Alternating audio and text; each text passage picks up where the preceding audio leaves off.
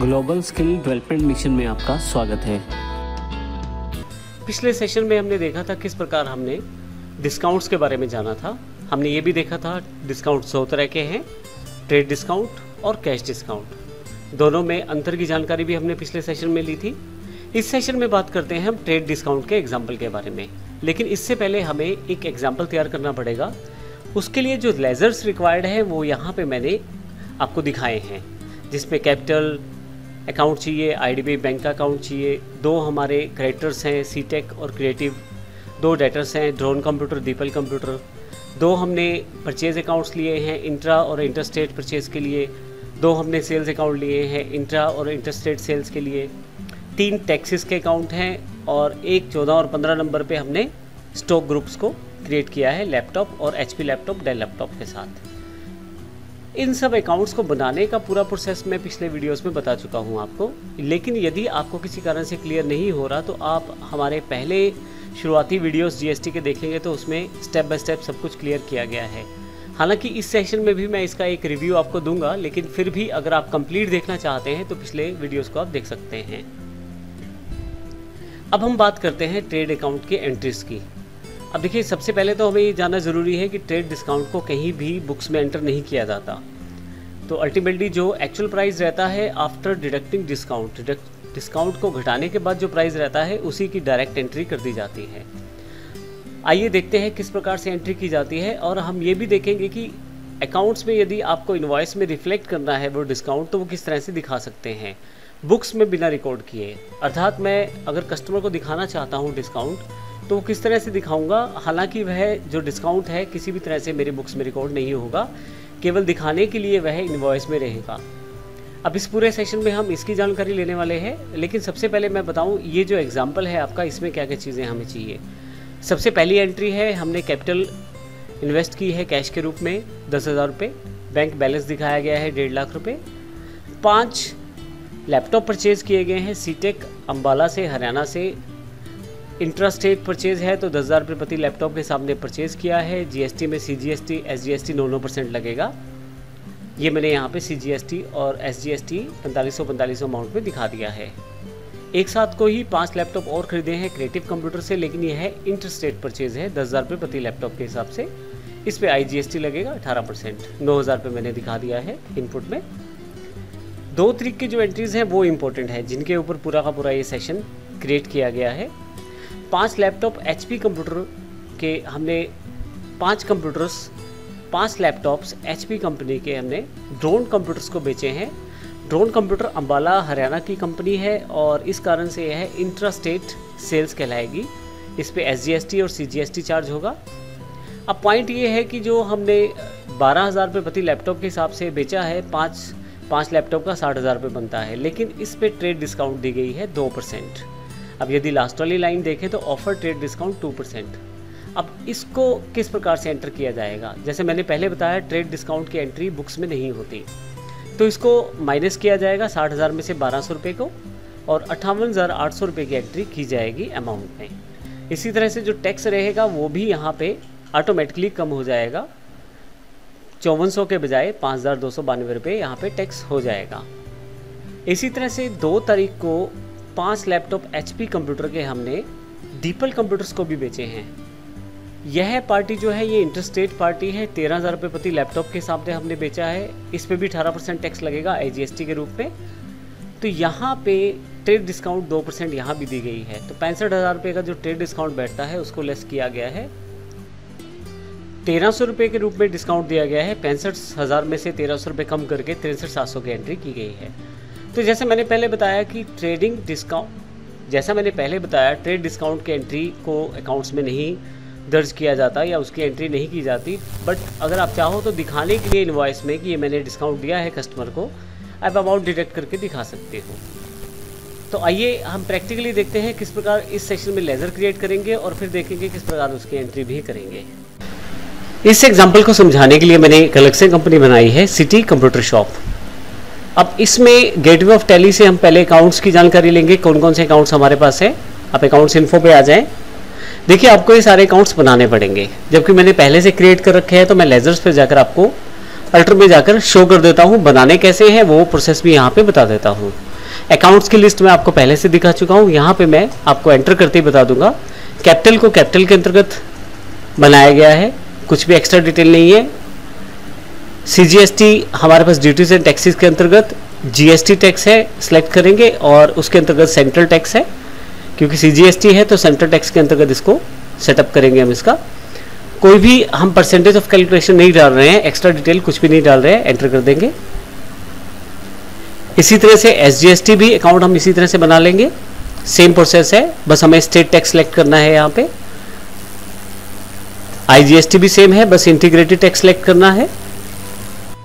अब यहाँ पे हमने 2 लेजर्स बनाए हैं, इंटरस्टेट क्रेडिटर्स और इंट्रास्टेट क्रेडिटर के लिए।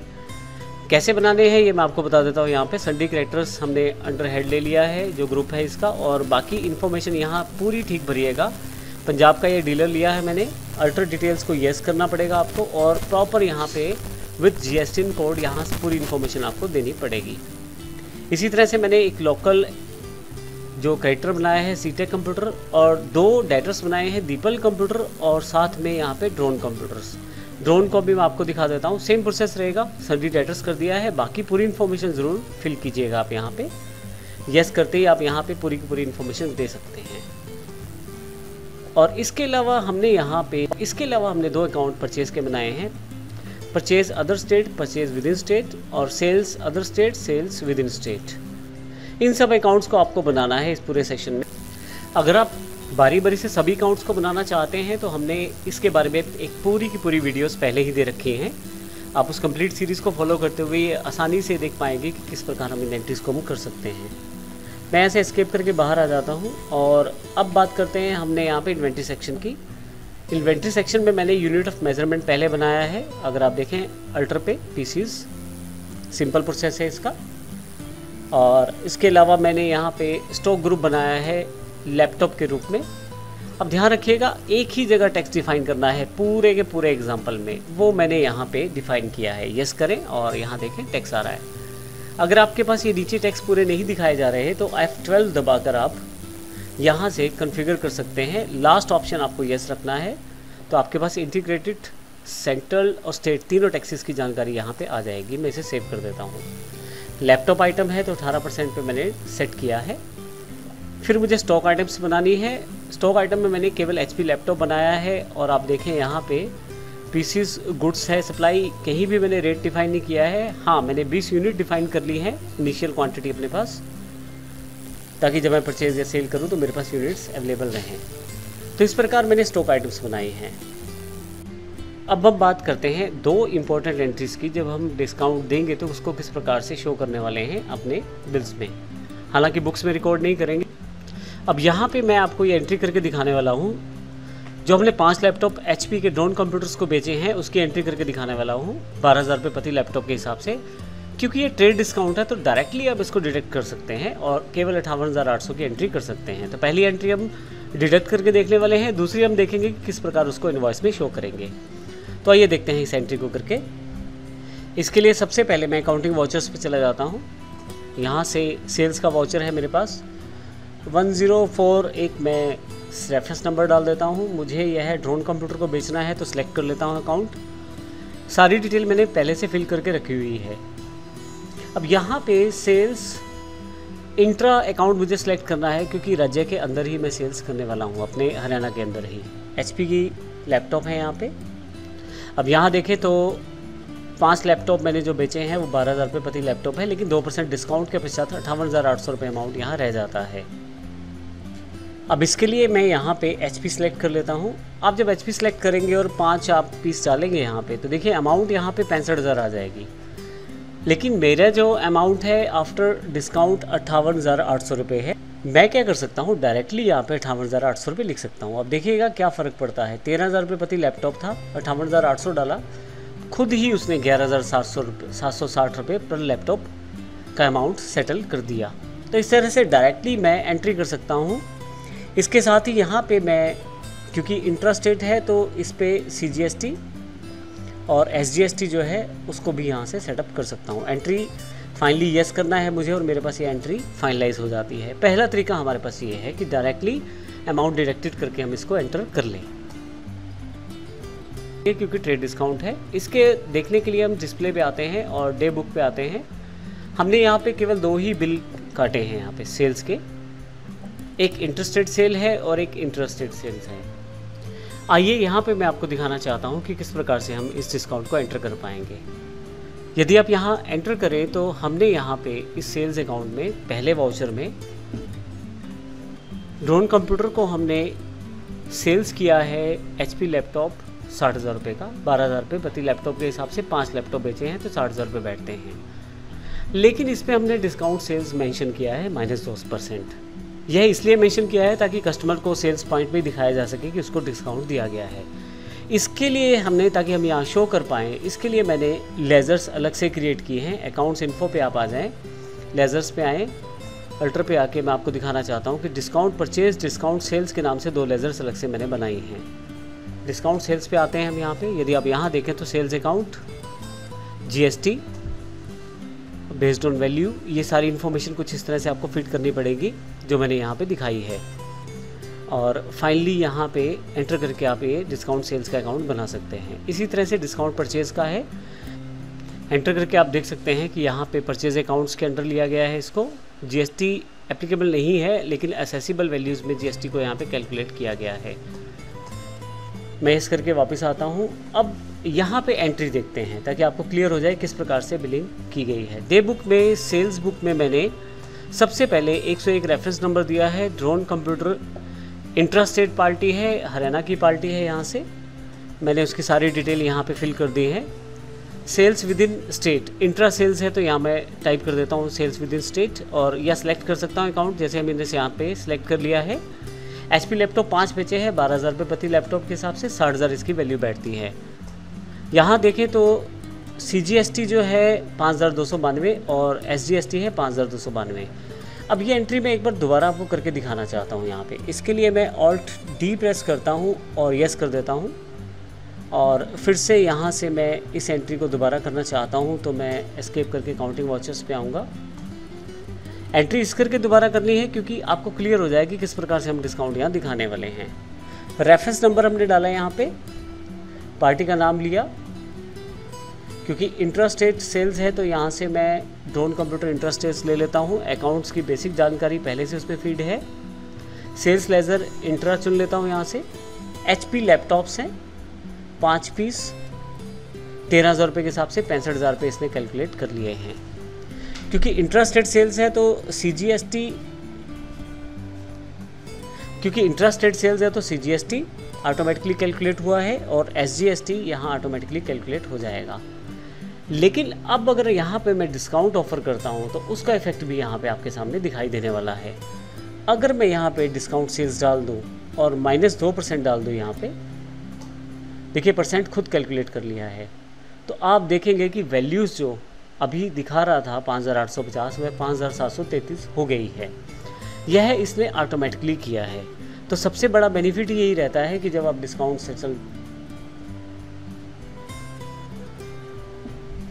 तो इस तरह से सबसे बड़ा बेनिफिट यही रहते हैं जब हम डिस्काउंट सेल्स की एंट्री डालते हैं यहाँ पे, तो ऑटोमेटिकली जो SGST या CGST का जो टैक्सेशन अमाउंट है वो भी डिडक्ट हो जाता है। सेल्स अमाउंट में से जो कैलकुलेशन बनेगी 65,000 में से वो भी लेस होगी 1,300 रुपये के हिसाब से। अब मैं इसको एंटर करके सेव कर लेता हूँ, एस्केप करता हूँ, बाहर आता हूँ और यहाँ से मैं डिस्प्ले में आकर आपको दिखाना चाहता हूँ डे बुक में किस तरह से एंट्री की गई है। ये देखें एंट्रीज यहाँ पे सेव हो गई है।